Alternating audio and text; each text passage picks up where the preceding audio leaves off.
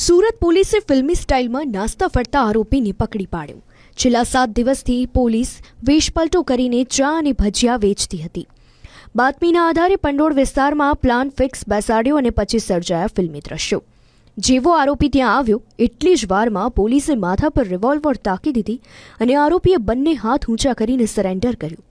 ઘટના એમ છે કે વકીલ પર હુમલો કરી લૂંટના ગુનાનો આરોપી નાસ્તો ફરતો હતો, એટલે ઓપરેશન કારાવાસ હેઠળ નાસ્તા ફરતા આરોપીને પકડવાની ગતિ તેજ હતી।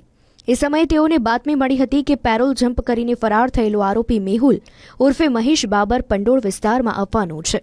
આરોપી રીઢો હતો અને તે પોલીસની ગંધ આસાનીથી પારખી જતો, તેથી પોલીસે રણનીતિ બદલી અને છેલ્લા 7 દિવસથી વેશપલટો કરીને ચા અને ભજીયાનું વેચાણ શરૂ કર્યું।